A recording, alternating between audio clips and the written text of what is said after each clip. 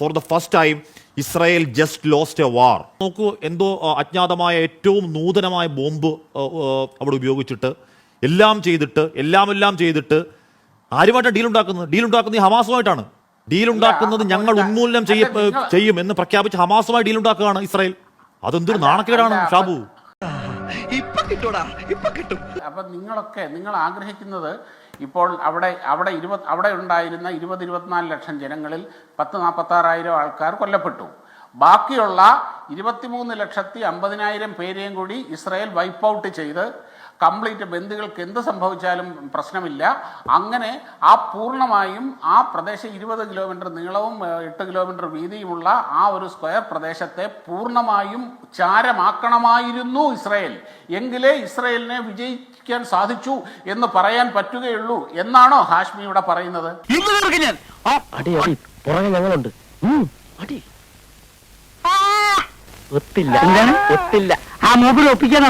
ചരിത്രത്തിലാദ്യമായി ഇസ്രായേൽ ഒരു യുദ്ധത്തിൽ പരാജയപ്പെടുന്നു എന്നാണ് ഡേവിഡ് കെ റീസ്, ഇസ്രായേൽ അനുഭവമുള്ള ഡേവിഡ് കെ റീസ് എഴുതുന്നത്. ആലോചിച്ച് നോക്കൂ, ഈ ഗസ എന്ന് പറയുന്നത് 40 കിലോമീറ്റർ നീളവും ഏതാണ്ട് 10-16 കിലോമീറ്റർ വീതിയുമുള്ള ഒരു ചെറിയ സ്ഥലമാണ്. അവിടെ ഇസ്രായേൽ എന്ന് പറയുന്ന സൈനികമായി മൈറ്റുള്ള ഒരു രാജ്യം ഇപ്പോൾ 1.5 വർഷങ്ങൾ 80,000 ടൺ കൊണ്ട് അവിടെ മറിക്കുന്നു. അമേരിക്ക അടക്കമുള്ള രാജ്യങ്ങൾ അതിന് സമ്പൂർണ്ണ സപ്പോർട്ടുമായി സകല ആയുധങ്ങളും നൽകുന്നു. IDF എന്ന് പറയുന്ന ഒരു വലിയ സൈനിക സന്നാഹം, മൊസാദ് എന്ന് പറയുന്ന ലോകത്തെ ഏറ്റവും വലിയ രഹസ്യാന്വേഷണ വിഭാഗം എന്ന് പറയുന്ന സംവിധാനം പ്രവർത്തിക്കുന്നു. എന്നിട്ടും എന്തുകൊണ്ടാണ് ഈ കരാർ ഇസ്രായേലിന്റെ പരാജയമാണ് എന്ന് അവിടെയുള്ള മാധ്യമങ്ങൾക്ക് തന്നെ പറയേണ്ടി വരുന്നത്? പറഞ്ഞിട്ടില്ല ഹാഷ്മി. ഇസ്രായേല് ഇപ്പം നമ്മുടെ നാടിനെ പോലെ ഭാരതത്തിനെ പോലെ തന്നെ ഒരു എല്ലാ അഭിപ്രായ സ്വാതന്ത്ര്യങ്ങളുമുള്ള ഒരു ജനാധിപത്യ രാജ്യമാണ്. അങ്ങനെ അഭിപ്രായ സ്വാതന്ത്ര്യമുള്ള, സ്വതന്ത്ര ചിന്തകളുള്ള, വിവിധ അഭിപ്രായങ്ങളുള്ള ഒരു രാജ്യത്ത് തീർച്ചയായും വിവിധ അഭിപ്രായങ്ങളും വിവിധ വ്യാഖ്യാനങ്ങളും വിമർശനങ്ങളും എല്ലാം ഉണ്ടാകും. സ്വാഭാവികമല്ലേ, നമ്മുടെ രാജ്യത്തില്ലേ? സ്വാഭാവികം. പിന്നെ ഇസ്രായേൽ ഇതിൻ്റെ അകത്ത് പരാജയപ്പെട്ടു എന്ന ഒരു നറേറ്റീവ് സൃഷ്ടിക്കാൻ ശ്രമിക്കുന്നുണ്ട്. ശരി, അതിൻ്റെതായ രാഷ്ട്രീയ താല്പര്യങ്ങളുമുണ്ട്, ഞാനത് മനസ്സിലാക്കുന്നു. എന്തായിരുന്നു ഇസ്രായേൽ എന്ന് ഈ യുദ്ധം തുടങ്ങുമ്പോൾ അന്നും നമ്മൾ ഒരുമിച്ച് ചർച്ചയ്ക്കിരുന്നതാണ്. അതായത് ഹമാസിനെ ഇല്ലാതാക്കും. ഹമാസ് പോലുള്ള ഒരു ഭീകര പ്രസ്ഥാനം കാരണം ഇസ്രായേൽ എന്ന ചെറിയ രാജ്യത്തിൻ്റെ മുകളിൽ ഉള്ള ഒരു ഭീഷണി, ആ ഒരു നിലനിൽപ്പിൻ്റെ പ്രശ്നം, ആ പ്രശ്നം ഇല്ലാതാക്കും എന്നുള്ളതാണ് അതിൻ്റെ മീനിങ്. ഹമാസിനെ ഫിസിക്കലി പൂർണ്ണമായും വൈപ്പ് ഔട്ട് ചെയ്തോ ഇല്ലയോ എന്നുള്ളതല്ല അവിടുത്തെ വിഷയം. ഹമാസിനെ കൊണ്ടുള്ള ഭീഷണി, ഇസ്രായേലിന് മേളിലുള്ള ഭീഷണി അന്ന് 2023 അങ്ങനെ ഏതെങ്കിലും തരത്തിൽ ആലങ്കാരികമായി പറഞ്ഞതല്ല ഇസ്രായേൽ. വൈപ്പ് ഔട്ട് എന്ന് പറഞ്ഞാൽ എന്താണ്? ബൈബിൾ എന്താണ് ഈ പറയുന്ന അവിടുത്തെ ഹീബ്രു ബൈബിളിലെ ഒരു കഥാപാത്രത്തെ എടുത്ത് ഉദ്ധരിച്ചുകൊണ്ട് അവരോട് ചെയ്തതുപോലെ ചെയ്യൂ എന്ന് പറഞ്ഞാൽ ഇത്തരത്തിൽ അവിടുത്തെ ആണും പെണ്ണും, അവിടുത്തെ കാറ്റിൽസ്, അവിടുത്തെ മരങ്ങളടക്കം സർവ്വതും നശിപ്പിച്ചു വരൂ എന്നാണ് ആശീർവദിച്ചത്. രണ്ടാമത്തെ കാര്യം എന്താണ്? രണ്ടാമത്തെ കാര്യം ബന്ധുക്കളെ മോചിപ്പിക്കുമെന്ന് പറഞ്ഞു. ആലോചിച്ച് നോക്കൂ ഷാഹു പ്രസാദ്, നോക്കൂ, ഇത്രയും മൈറ്റായിട്ടുള്ള ഇത്രയധികം രഹസ്യാന്വേഷണ സംവിധാനമുള്ള ഒരു രാജ്യത്തിന് അവരുടെ ബന്ധുക്കളെ മോചിപ്പിക്കാൻ കഴിഞ്ഞോ? എത്ര പേരെ അവർ മോചിപ്പിച്ചു? അവർ പരമാവധി 3 പേരെ മോചിപ്പിച്ചു അവരുടെ സൈനിക മൈറ്റിൽ കൂടെ. ഇപ്പൊ 33 ബന്ധുക്കൾക്ക് പരം കൊടുക്കേണ്ടി വരുന്ന എത്രയാണ്? 1000-ഓളം പലസ്തീനിയൻ തടവുകാരെയാണ്. എങ്ങനെയാണ് അതിനെ വിജയമെന്ന് വ്യാഖ്യാനിക്കുക? ഇസ്രായേൽ എന്ന് പറയുന്ന ആ രാജ്യത്തിൻ്റെ താല്പര്യം എന്താണ്? അവർക്ക് നിലനിൽക്കണം.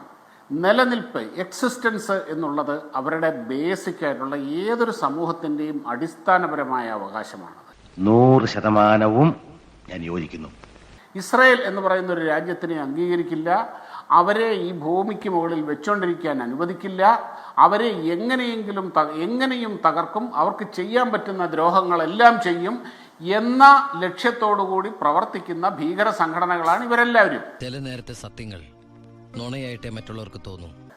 ആ ഭീകര സംഘടനകളുടെ ആ കഴിവിനെ ഇല്ലാതാക്കുക എന്ന് പറഞ്ഞാൽ അവരുടെ ലക്ഷ്യങ്ങളെ അവർക്ക് അത് ചെയ്യാനുള്ള ആ കേപ്പബിലിറ്റി ഇല്ലാതാക്കുക എന്ന് പറയുന്നത് അത് തന്നെയുള്ളൂ ഇസ്രായേലിന്റെ ലക്ഷ്യം. അതിനർത്ഥം നിങ്ങളുടെ ഹീറോ തോറ്റെന്നാണോ? അതായത് ഇവരുടെ മേലുള്ള ഭീഷണി ഉണ്ടാവരുത്. ഇസ്രായേൽ അവർ പല പ്രാവശ്യം ആവർത്തി വളരെ ഓപ്പണായിട്ട് പറഞ്ഞിട്ടുള്ള കാര്യമാണ്. പറയുന്നത് കേൾക്കൂ, അവർ ആയുധം താഴെ വെച്ചാൽ ഇവിടെ സമാധാനമുണ്ടാകും. ഞങ്ങൾ ആയുധം താഴെ വെച്ചാൽ ഇവിടെ ഉണ്ടാവില്ല. ഇനിയും ഈ ഹമാസിനെ കൊണ്ടുള്ള ആ കേപ്പബിലിറ്റി, ഹമാസ് ഇസ്രായേലിന് മുകളിൽ ഇനിയും ആക്രമണം നടത്താനുള്ള ഒരു കേപ്പബിലിറ്റി ഇല്ലാതാക്കി എന്ന് തന്നെ വേണം നമ്മളിപ്പോൾ മനസ്സിലാക്കാൻ. പിന്നെ താങ്കൾ പറഞ്ഞു ഇവിടെ ഈ ബന്ദികളെ മോചിപ്പിക്കുന്നതിൻ്റെ കാര്യം. ഇത്രയും വലിയ മിലിറ്ററി മൈറ്റുള്ള മൊസാദ് കയ്യിലുള്ള അവർക്ക് ബന്ദികളെ മോചിപ്പിക്കാൻ കഴിഞ്ഞോ? ബന്ദികളെ ജീവനോടെ അവർക്ക് പറ്റുമായിരുന്നു. അവിടെ കയറി അടിച്ച് തകർത്ത് എല്ലാം ചെയ്തിരുന്നെങ്കിൽ ആ ബന്ദികൾ ജീവനോടെ ഉണ്ടാവില്ല. ബന്ദികളെ ജീവനോടെ ലഭിക്കുക എന്നുള്ളതാണ് അതിൻ്റെ അകത്ത് ഏറ്റവും പ്രധാനം. ആ ബന്ദികളെ ജീവനോടെ ലഭിക്കണ്ട. അങ്ങനെയായിരുന്നുവെങ്കിൽ അവർക്ക് എപ്പോഴോ അത് സാധിക്കുമായിരുന്നു. അതെ, ഞാൻ വേണ്ട എന്ന് പറഞ്ഞത് അവനെ തല്ലണ്ടെന്നല്ല, അവന്റെ കയ്യിൽ നിന്ന് തല്ല് കൊള്ളണ്ടാന്നാ പറഞ്ഞത്. ഒരു രാജ്യത്തൊരു യുദ്ധം പ്രഖ്യാപിക്കുമ്പോൾ അവർ രാഷ്ട്രീയമായും സൈനികമായും ലക്ഷ്യങ്ങൾ പ്രഖ്യാപിക്കും, അല്ലേ? ഇവർ പ്രഖ്യാപിച്ച രാഷ്ട്രീയ ലക്ഷ്യവും സൈനിക ലക്ഷ്യവുമായിരുന്നു ഈ പറയുന്ന ഹമാസിന്റെ 100% ഉന്മൂലനം. അന്ന് തന്നെ സിഡ്നിയെ പോലെയുള്ളവർ ഇവിടെയും അതല്ലാതെയുള്ളവർ പറയും ഹമാസ് എന്ന് പറഞ്ഞ ആശയമാണ്, അതിനെ അത്തരത്തിൽ ഇറാഡിക്കേറ്റ് ചെയ്യാൻ കഴിയില്ല എന്ന് പറയുന്നുണ്ടായിരുന്നു. പക്ഷേ നെതന്യാഹു പറഞ്ഞത് ഫിനിഷ് ചെയ്യും, അവിടെ ബാരൻ ഗാസയിലെ ആൾക്കാരെ മുഴുവൻ ഒഴിപ്പിക്കും എന്നൊക്കെയായിരുന്നു പ്രഖ്യാപനം. അവരുടെ ഈ പറയുന്ന പ്രഖ്യാപനങ്ങളിൽ സൈനിക പ്രഖ്യാപനം ഒന്നായിരുന്നു, ബന്ദികളെ നമ്മൾ സൈനികമായി മോചിപ്പിക്കും. എന്റെ ചോദ്യം ഇത്രയും മൈറ്റുള്ള ഇസ്രായേലിന് അവർ ഈ ബന്ദികൾ ഈ പറയുന്ന 40 കിലോമീറ്റർ നീളത്തിൽ 15 കിലോമീറ്റർ വീതിയിലുള്ള ഈ ചെറിയ സ്ഥലത്ത് എവിടെയെന്ന് പോലും കണ്ടെത്താൻ കഴിയുന്നില്ല എന്ന് പറയുന്നത് പരാജയമല്ലേ ഷാബു? നിനക്കതൊക്കെ എങ്ങനെ സാധിക്കും? ഹാഷ്മി, ബന്ദികൾ എവിടെയാണ് ഉള്ളത് എന്നിവർക്കറിയാം. പക്ഷേ അവിടേക്ക് ഒരു മിലിറ്ററി മിലിറ്ററി ഫോഴ്സുമായിട്ട് ചെന്ന് കഴിഞ്ഞാൽ ആ ബന്ദികൾ കൊല്ലപ്പെടും. കാര്യം യാതൊരു സംശയവുമില്ലാതെ ബന്ദികൾ കൊല്ലപ്പെടാതിരിക്കുക എന്നുള്ളത് ഇതിൻ്റെ അകത്തെ വളരെ പ്രധാനപ്പെട്ട ഒരു കാര്യമാണ്. ഇപ്പോൾ നടന്നിരിക്കുന്നത് അതാണ്. ഈ സൈനികമായി കരുത്തരായ ഒരു വലിയ അച്ചുതണ്ടാണ് ഇസ്രായേലിനൊപ്പം നിന്നല്ലേ? അവർക്ക് കിട്ടാവുന്ന ആയുധങ്ങളുടെ ഇപ്പോൾ തെർമോ ബാർബാറിക് ബോംബടക്കം ഏറ്റവും ഒടുവിൽ ഗാസ ആരോഗ്യ വിഭാഗം പറഞ്ഞത് ശരീരഭാഗങ്ങൾ വേപ്പറൈസ് ചെയ്ത് പോകുന്ന ആവിയായി പോകുന്ന 1700 ചില്ലുവാനം ആൾക്കാരുടെ മൃതദേഹങ്ങൾ അവശിഷ്ടങ്ങൾ ബാക്കിയാവാതെ ആവിയായി പോയി എന്നാണ് പറയുന്നത്. അപ്പോൾ നോക്കൂ, എന്തോ അജ്ഞാതമായ ഏറ്റവും നൂതനമായ ബോംബ് അവിടെ ഉപയോഗിച്ചിട്ട് എല്ലാം ചെയ്തിട്ട് ആരുമായിട്ടാണ് ഡീലുണ്ടാക്കുന്നത് ഈ ഹമാസുമായിട്ടാണ്. ഡീലുണ്ടാക്കുന്നത് ഞങ്ങൾ ഉന്മൂലനം ചെയ്യും എന്ന് പ്രഖ്യാപിച്ച് ഹമാസുമായി ഡീലുണ്ടാക്കുകയാണ് ഇസ്രായേൽ. അതെന്തൊരു നാണക്കേടാണ് ഷാബു. പട്ടിയുടെ വാല് 12 കാലം കൊള്ളിട്ടിട്ട് എന്താ കാര്യം? പട്ടിക്ക് കൂടി തോന്നണ്ടേ അത് നിവർത്തിയെടുക്കണമെന്ന്? കഷ്ടം. അല്ല, അപ്പോൾ ഒരു കാര്യമുണ്ട്. അപ്പം നിങ്ങൾ ആഗ്രഹിക്കുന്നത് ഇപ്പോൾ അവിടെ ഉണ്ടായിരുന്ന 20-24 ലക്ഷം ജനങ്ങളിൽ 10-46,000 ആൾക്കാർ കൊല്ലപ്പെട്ടു. ബാക്കിയുള്ള 23,50,000 പേരെയും കൂടി ഇസ്രായേൽ വൈപ്പ് ഔട്ട് ചെയ്ത് കംപ്ലീറ്റ് ബന്ദികൾക്ക് എന്ത് സംഭവിച്ചാലും പ്രശ്നമില്ല.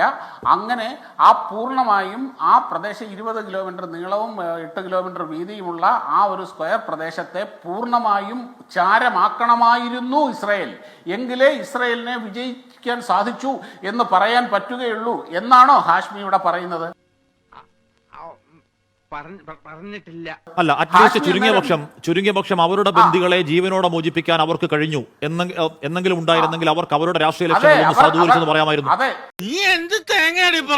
ഒരു ഭീകര സംഘടനയുടെ അല്ലെങ്കിൽ അവരുടെ കസ്റ്റഡിയിൽ ഇരിക്കുന്ന ബന്ദികളെ ജീവനോടെ മോചിപ്പിക്കുക, സൈനിക ശക്തി ഉപയോഗിച്ചുകൊണ്ട് ജീവനോടെ മോചിപ്പിക്കുക എന്ന് പറയുന്നത് ഇന്നത്തെ കാലത്ത് നിയർ ഇമ്പോസിബിൾ ആയിട്ടുള്ള കാര്യമാണത്.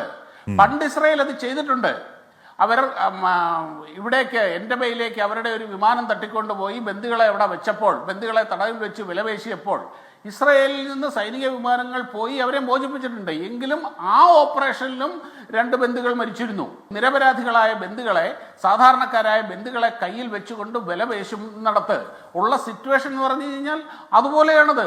കാര്യം അങ്ങനെ ഒരു ഹിസ്റ്ററി ഉള്ള ഇസ്രായേൽ, അതുകൊണ്ട് തന്നെ അവരുടെ മിലിറ്ററി പവർ ഉപയോഗിച്ചുകൊണ്ട് ആ ബന്ദികൾ ഇരിക്കുന്ന സ്ഥലത്തേക്ക് കയറി കഴിഞ്ഞാൽ ഒരു സംശയവുമില്ല, ബന്ദികൾ ആ നിമിഷം കൊല്ലപ്പെടും എന്നുള്ള കാര്യത്തിൽ.